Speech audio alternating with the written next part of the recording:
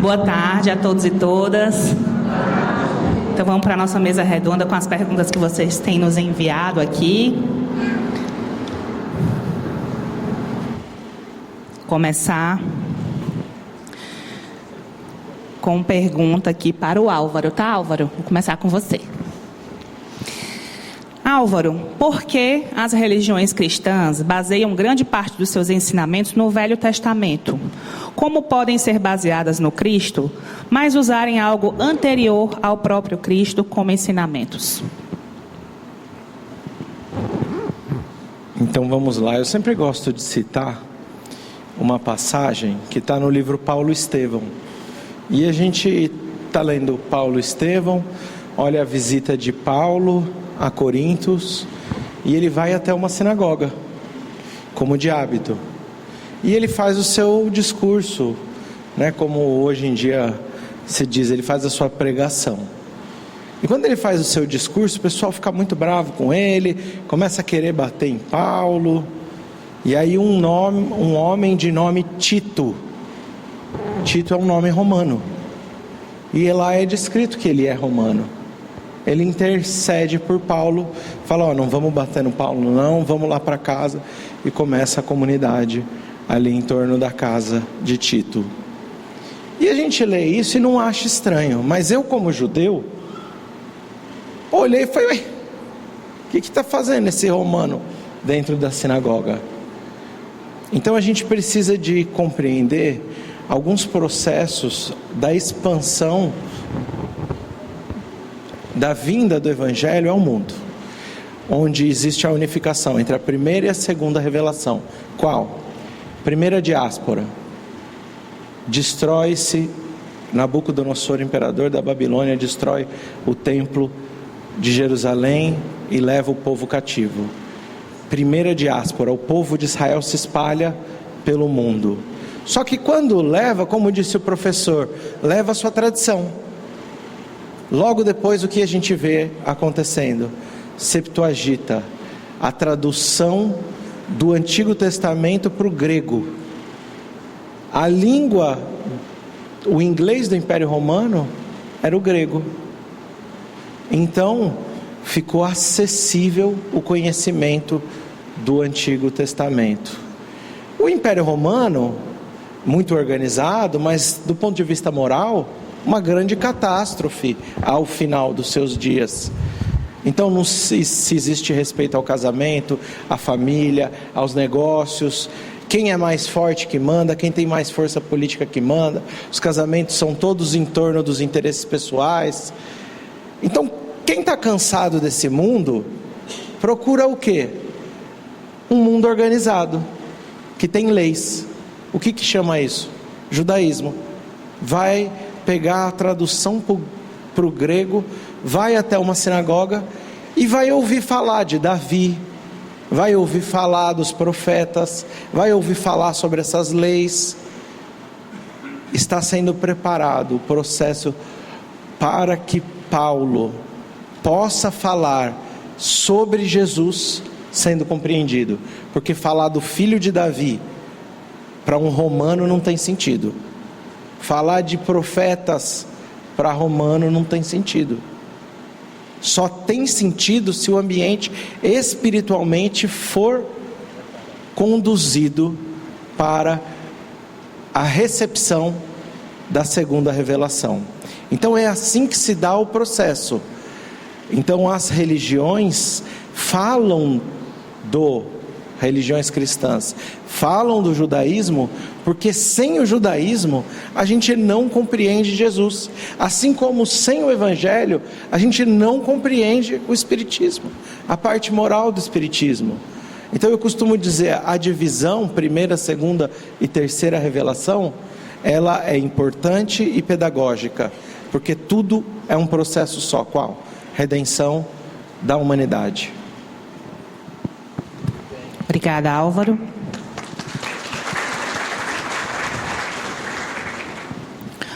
Jorge, você falou mais cedo sobre os mandamentos. Tem algumas perguntas aqui direcionadas a você. Vou começar com essa aqui. Boa tarde, ótimas palestras. Queria saber do Jorge, como fica a decepção com o outro dentro dos mandamentos? Como superar isso?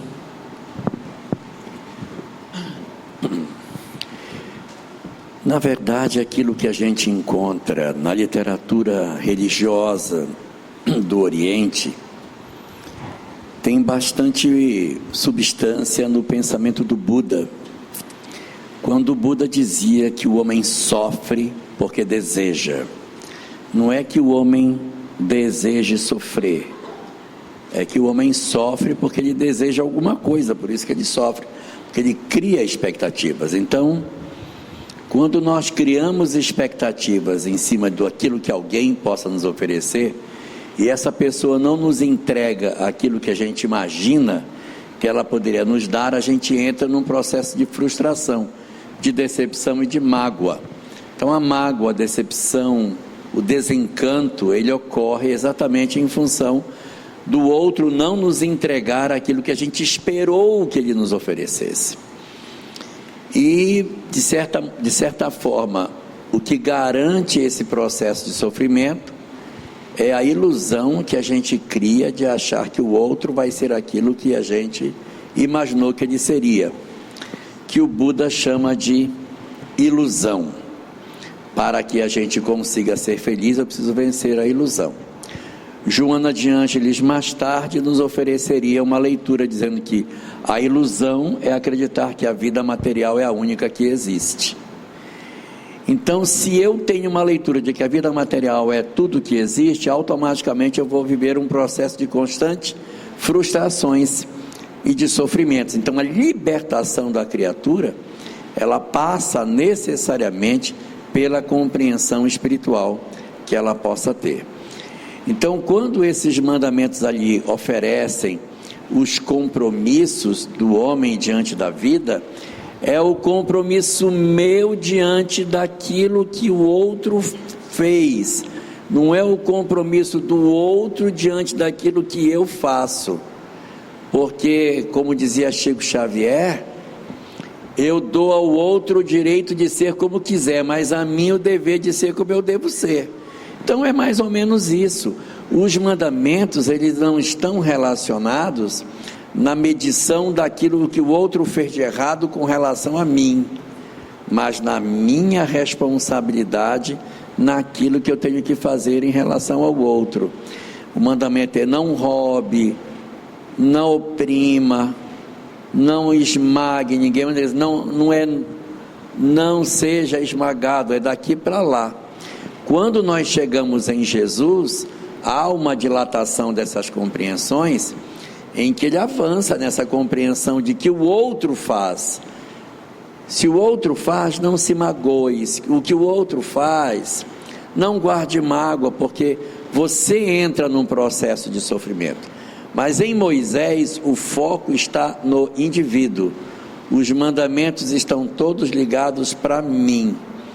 Então é: não roubarás, não matarás, não adulterarás, não cobiçarás. Sempre a minha relação com o outro, cada um cumpra a sua responsabilidade. Eu tenho deveres diante de Deus. Então, quando você pergunta como é que fica a relação do outro para com o homem, a gente deveria ir para a segunda revelação, que é Jesus, que nos distende o entendimento da vida, traz o próximo para mais perto. Mas a síntese da ideia é: não esperar do outro aquilo que o outro ainda não é capaz de dar, porque isso gera frustração, decepção, amargor. E o outro entrega o que pode dar, e todas as vezes que eu me coloco na posição de querer receber o que o outro não dá, eu posso entrar num processo de sofrimento.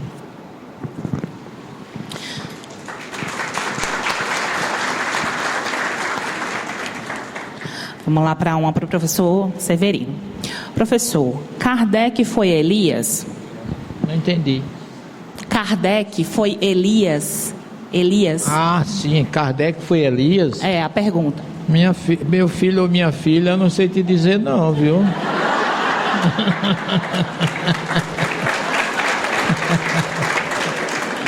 Há possibilidades.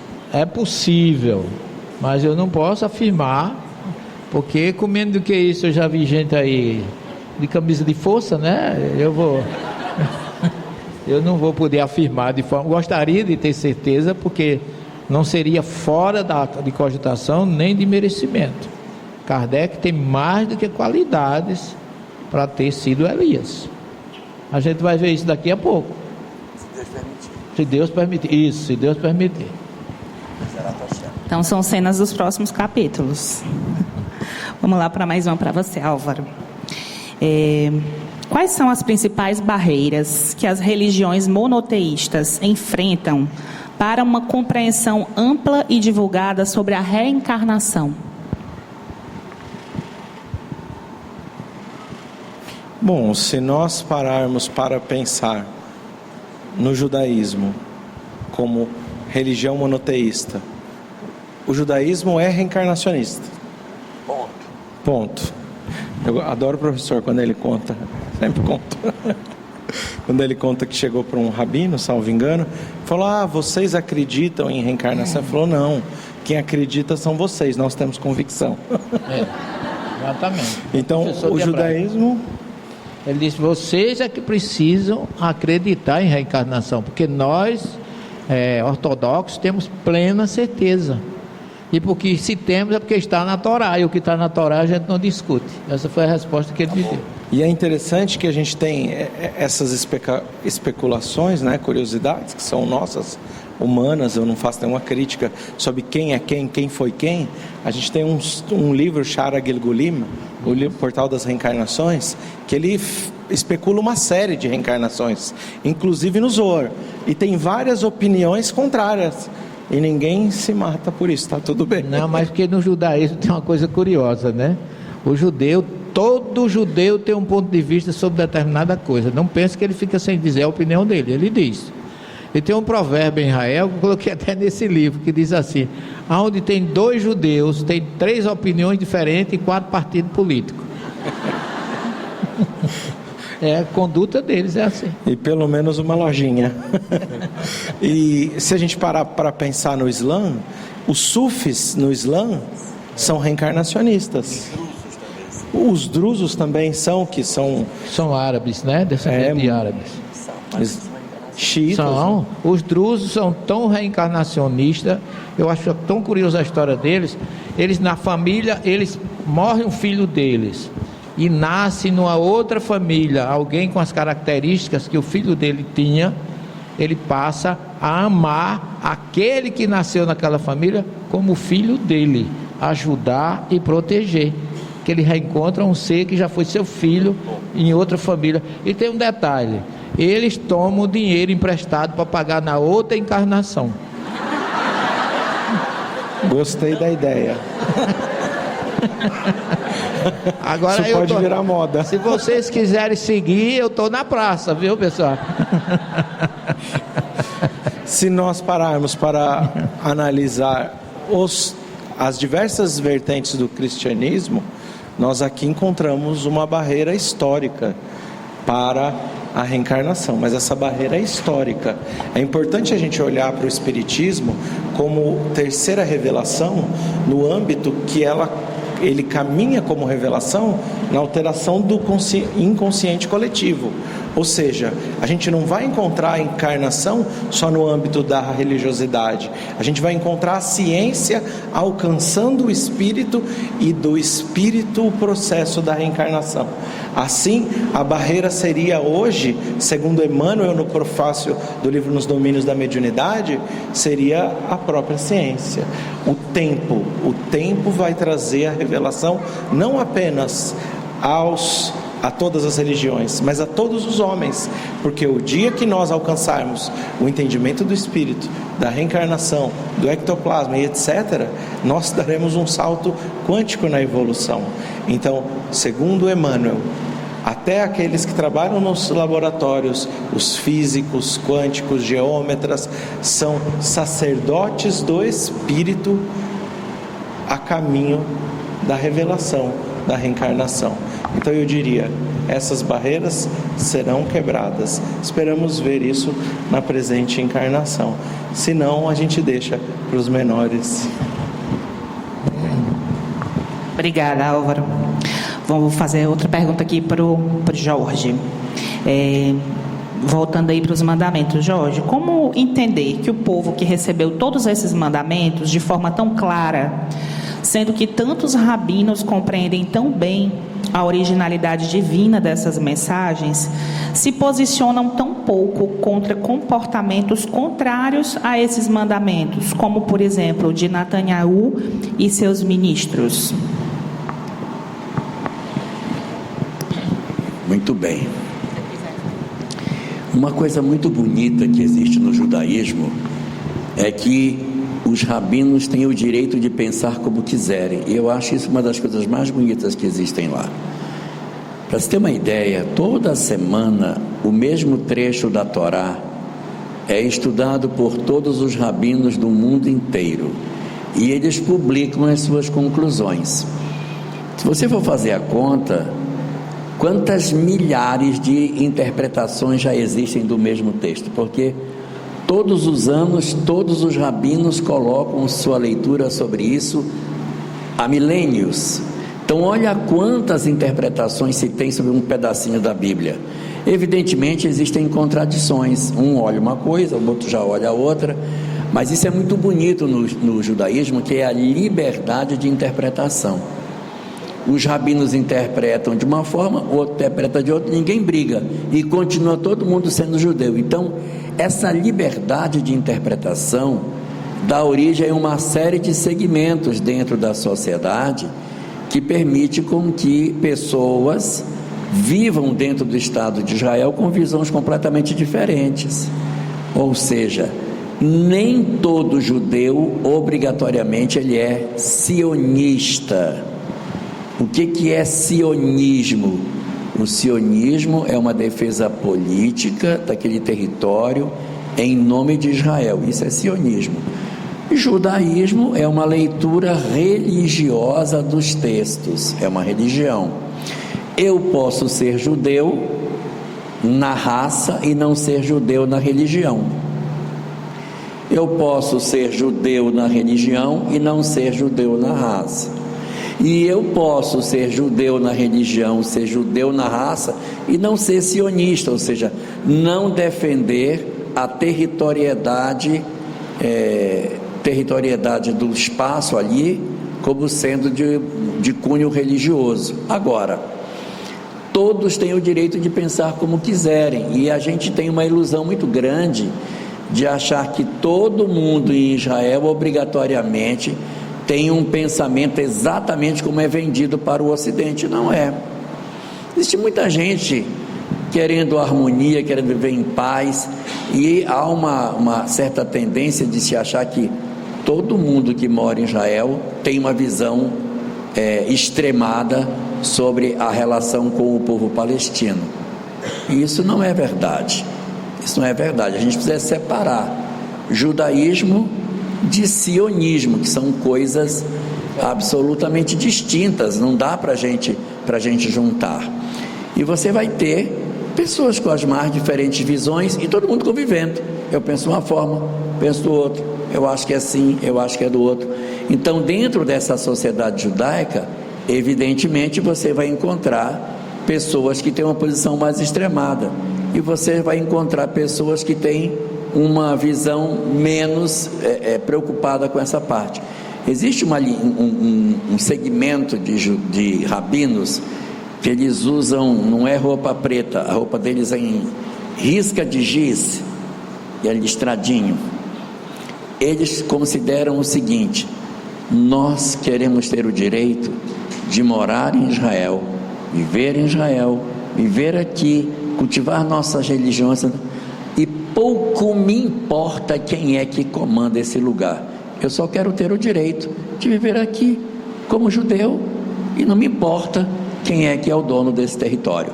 Então você tem todo tipo de visão, e a gente não pode partir do princípio que todo mundo de Israel pensa da mesma forma, assim como aqui no Brasil cada um tem uma maneira diferente de ver a sociedade em que a gente vive. Eu também...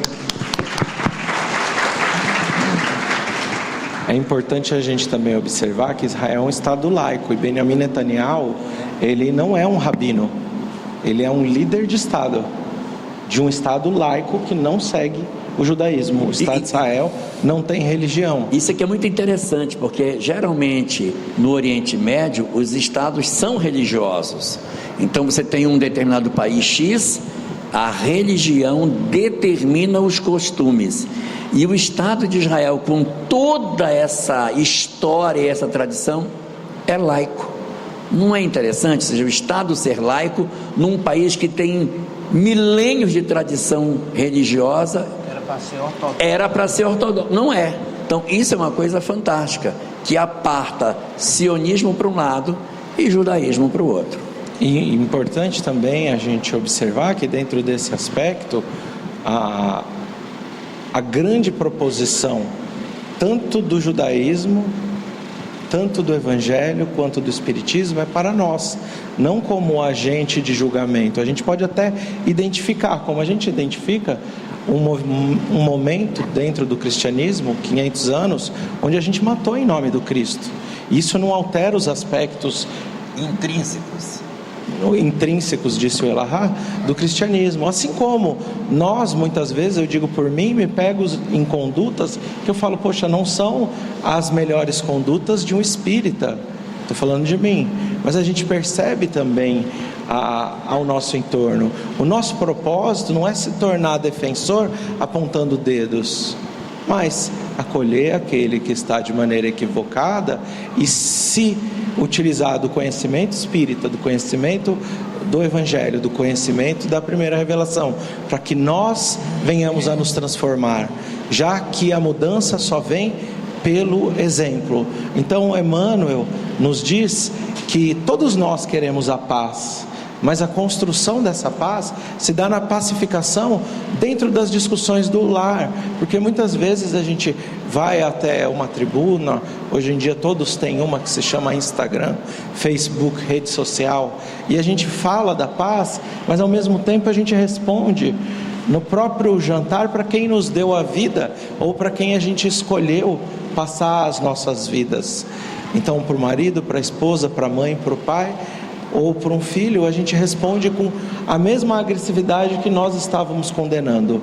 Eu adoro uma fala da freirinha, irmã Aila, nossa querida amiga, onde ela conta sobre um panfleto que ela encontrou escrito: ide e pregai o evangelho para os cristãos. Porque ela falou, ela na condição de freira, ela falou, porque hoje nós somos os maiores necessitados do evangelho. A gente cria divisão por muito pouco, e os meus discípulos, disse Jesus, serão reconhecidos por muito se amar. Então a proposta não é lançar julgamentos, mas é olhar para tudo isso e falar, o que eu faço disso na minha vida? Se eu puder me estender, eu vou dizer mais uma coisa. Emmanuel, ele escreve no livro A Caminho da Luz, que o modelo de caridade que os judeus usam entre si é algo inspirador, que nós devemos reconhecer e estender isso a todos. Porque eu vou contar uma coisa para vocês: qualquer judeu que queira ir para Israel, vai de graça para conhecer Israel. Qualquer judeu que quiser fazer uma faculdade, faz de graça. Vou contar uma coisa para vocês: o maior filantropo brasileiro, Eli Horn, dono da Cirela, é um judeu que doa desde o seu primeiro negócio 18% de todos os seus recursos. Então, sobre a caridade, que foi a pergunta, é o que nós estamos fazendo, proporcionando aqueles que nós chamamos de irmãos, para que tenham acesso ao estudo, à educação, aos alimentos. O que nós estamos fazendo para pacificar o mundo? Essa é a grande pergunta e proposta do Evangelho.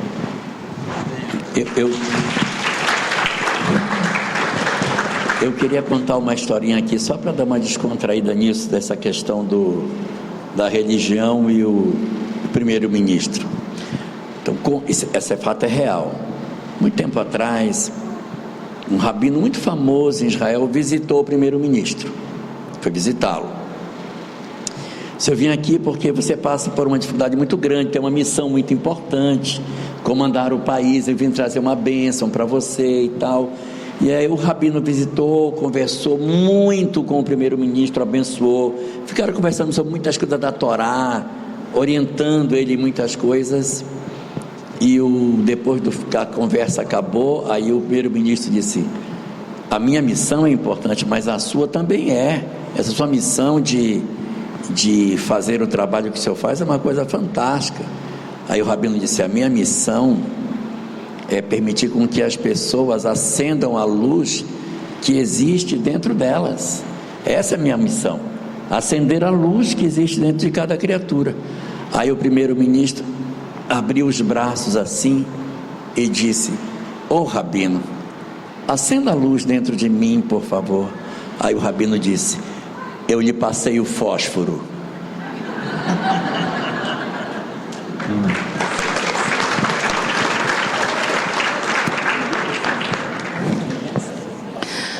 Professor Severino, por que, a exemplo dos profetas, do nosso irmão maior Jesus, Kardec não atinge a unanimidade entre os povos? Kardec ainda não atingiu a unanimidade entre os povos, mas eu vejo o projeto dele com todas as condições de que aquele que quisesse acender a luz interiormente, encontrar meios, ambiente, condições e conhecimento para fazê-lo, porque o Espiritismo não é a doutrina dos homens, é a doutrina dos espíritos. Ele não tem preocupação em quantidade, mas em qualidade. Ele não quer mudar o mundo, ele quer que cada um do mundo mude a si mesmo. E não tem uma filosofia melhor do que essa no planeta. Eu estou falando como cientista das religiões, que eu estudei todas, desde a origem do sagrado até o neopentecostalismo. Não encontro nenhuma doutrina que dê a condição de você crescer sozinho quanto a doutrina espírita. Não conheço. E aí, permita-me fazer uma observação. Nós estamos muito devagar nesse processo. O espírita, pelo conhecimento que tem, pela informação que tem, era para ser muito mais afoito. Mas quando eu falo afoito, é no sentido de se atirar no processo de doação. Não é de cobrar do outro, não é de condenar o outro, absolutamente. É de fazer o mais rápido possível a sua mudança interior. Ainda temos nós mesmos muito preconceito contra nós mesmos. Porque você anda na rua onde tem um protestante, você sabe que ele é protestante. Glória a Jesus, aleluia, amém. O cara fala 3 palavras, você já sabe que ele é protestante. O católico mais suave, mas tem novena, tem procissão. Vamos fazer a novena de Nossa Senhora tal dia. E o espírita chega no supermercado, encontra o outro e diz: hoje tem, não é? Não é hoje que tem reunião? Parece negócio de maçom. Parece um segredo que o outro não pode saber, o outro tem que interpretar. Eu me lembro do cristianismo primitivo. Está com medo de quê? Hoje tu vai lá na Dona Nevinha, é tudo assim, é por código. Tu vai lá, hoje tem, né? Quer dizer, nós não precisamos disso. Hoje vamos ter reunião de estudo do Evangelho à luz da doutrina, na casa de fulano. Por isso que muitos cristãos dizem que nós não somos cristãos. Parece que a gente está com medo de dizer que é espírita. E nós temos tudo para dizer: somos espírita, temos orgulho de ser, porque não somos os melhores, mas temos o melhor para oferecer. Eu acho que é por aí.